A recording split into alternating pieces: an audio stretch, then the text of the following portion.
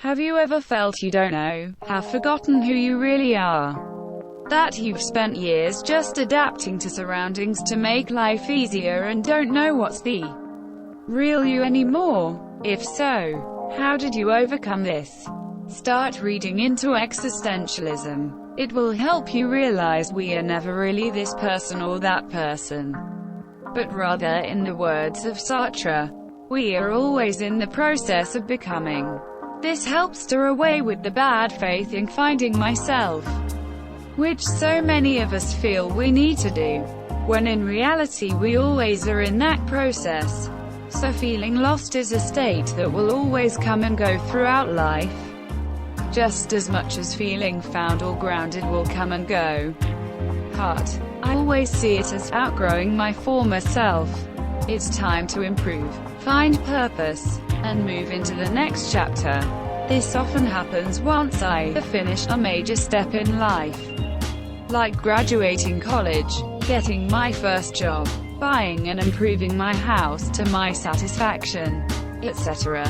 Once I put life on potential autopilot to all the things I thought I needed.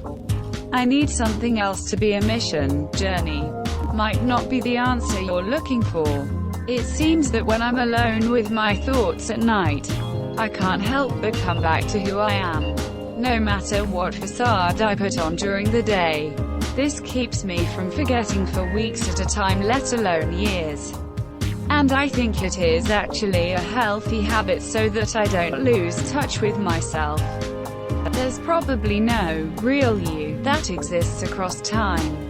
That's just a thing you built up when you were younger to give yourself a stable identity and core values. The you now is just as real as the you then. We all adapt to our surroundings and change to make our lives easier. There's absolutely nothing wrong with that. If you're unhappy with your life now, you can adapt by changing. You need to believe that. And you probably know it since it seems to be something you're afraid of. But this is the real you now. And you need to focus on the needs of that person, not some idealized phantom from the past. Best advice I have is this. When we experience things, we make maps of what happened. We all have maps of our time in school, how people treat us, all of our experiences. We also make maps about other people. We make assumptions about others based on what we see or hear.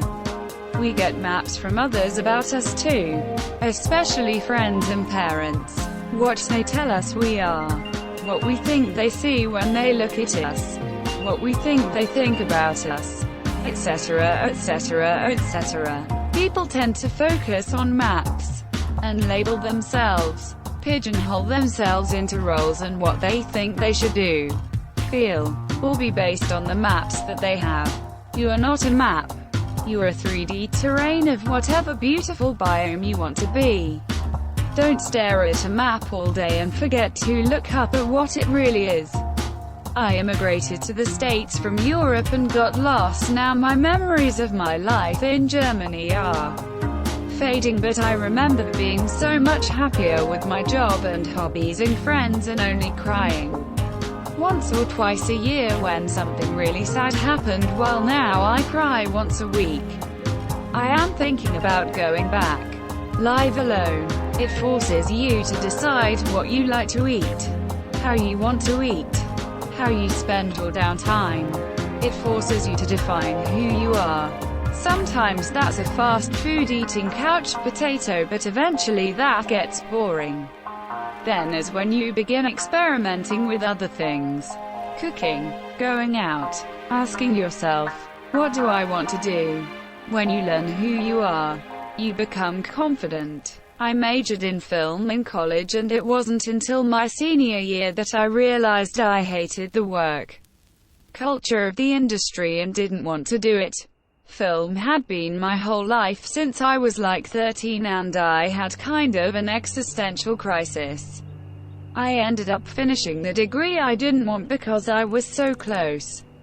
I ended up moving 1,000 miles away after graduation. I have a job I love, which gives amazing benefits, and they will even completely pay for me to go back to school if I want. So I might try that soon. I literally just started to notice progress in my life 3 weeks ago, so time will tell if this is a true solution or a temporary one. But I just started to try to care about things. I kept going to church, volunteering, trying to find new hobbies, considering people to date, etc. Eventually I began to realize which kind of things and people I cared about. Within my friend group I started gradually lowering my filter and saying more of what I thought, gauging reactions, and then instead of changing my filter, I shifted who I would spend more time with. It really sounds trivial, and it is, but all you can really do is try to be yourself even if you don't know who that is. If you're like me and don't know, decide who you want to be and start working towards being that person. Also, give that ideal some wiggle room to change as you make progress. I stopped in my tracks, and instead of looking around for validation, I looked inside. There's a lot of people out there, all with a different opinion. And that's all it is. An opinion. They're all different, and you're never going to be good enough for all of them. The only person that has to live with you 24/7 is you. So the best thing you can do is be good enough for you. Be the person you think is a good person. Make decisions that feel right to you. Look in your heart and make decisions based on how that makes you feel.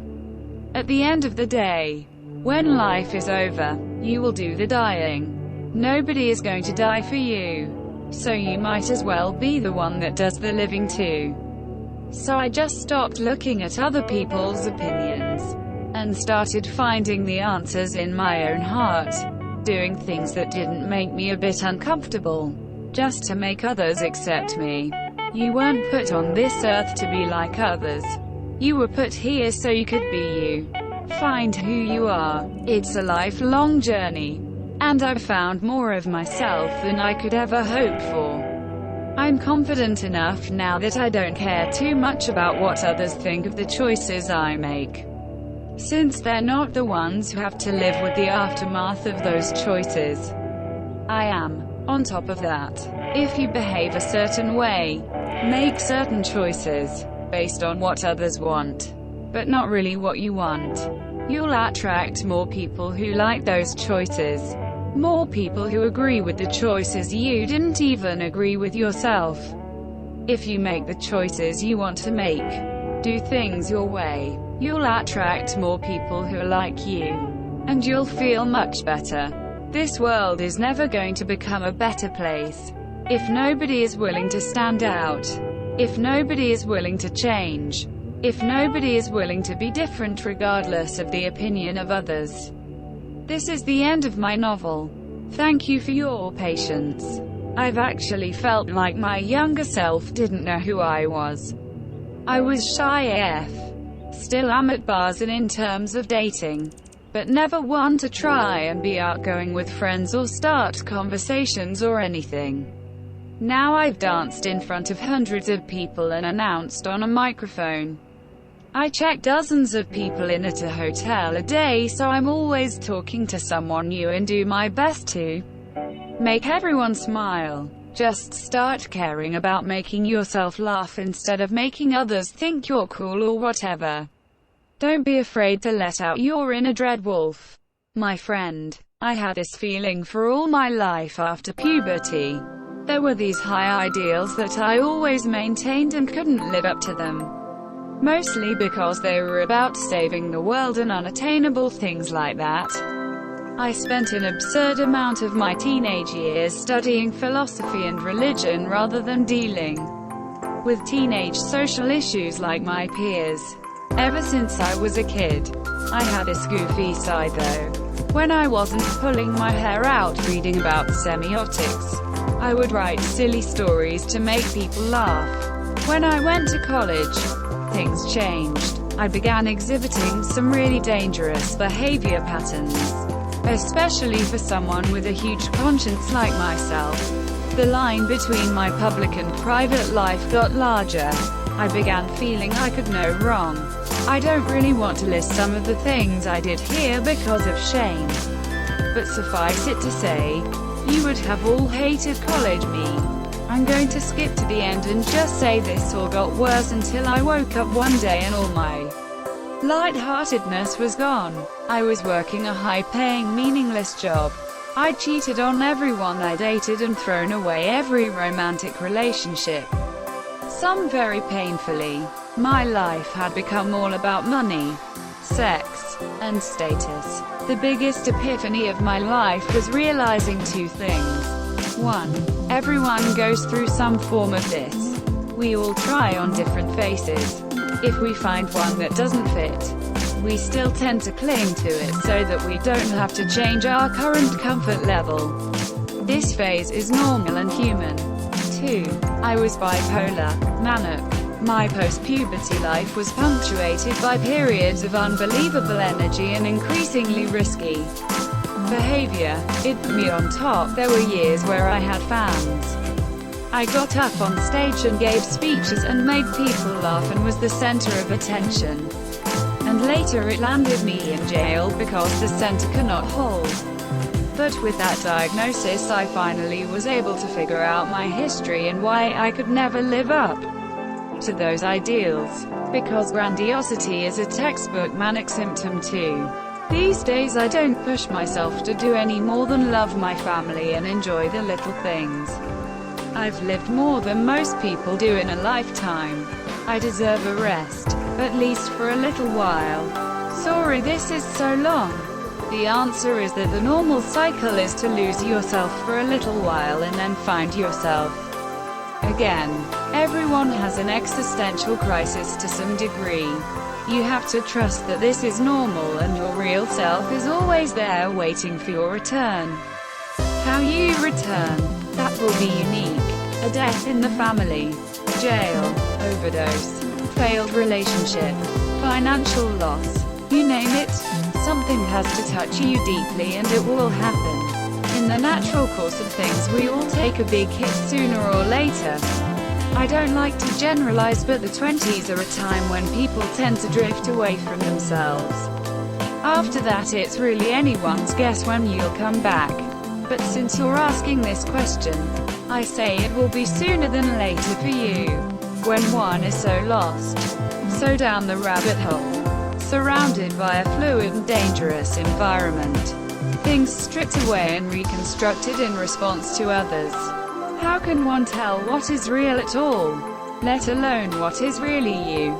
Sometimes, with the slipstream whipping away our face and tears, I get a glimpse. More I see how autistic I am, and how effectively adapted, how my mother contoured my life, how I have been loved, and how I have loved. But what is me? I seem to be a space where all this shows up, and I pretend, as does everyone, that some magic I is actually in control. I did realize it, and it's just life changes you. As you get older, experience new things, get new stresses or responsibility, you kind of lose who you were and become someone new. Certain aspects change, but some things don't. The only part that is a bit, I guess, unsettling or empty is things that brought you so much joy you just find you don't care about anymore. It's harrowing, yes, but I just look forward to learning new things and seeing who I become. Example, I took up fishing. I have crippling OCD and the mere concept of it was off-putting to me. But now I love it. Took me over 30 years to try it and now it's just part of who I am now. I moved every couple years as a kid. It was always hard to remember who I really was since it felt like there were a bunch of different versions of me depending on where I was living. It was like I wasn't really just one person, but just a bunch of different versions of me. It's something I still struggle with, but spending more time alone has helped a lot. Also, I don't see myself moving again anytime soon since I'm in college. So I'm taking advantage of this time to really figure out my character. I didn't even realize how little I knew who I was until a friend asked about what my life was like before college. And I couldn't come up with just one answer. Instead of being my full self wherever I went, I adapted to the culture I was immersed in, and then got ready to change again once we moved to the next place. It was hard as a kid, but I was always pretty happy no matter where I was. And now I have time to settle down a little bit. Don't forget to share, like and subscribe for more content.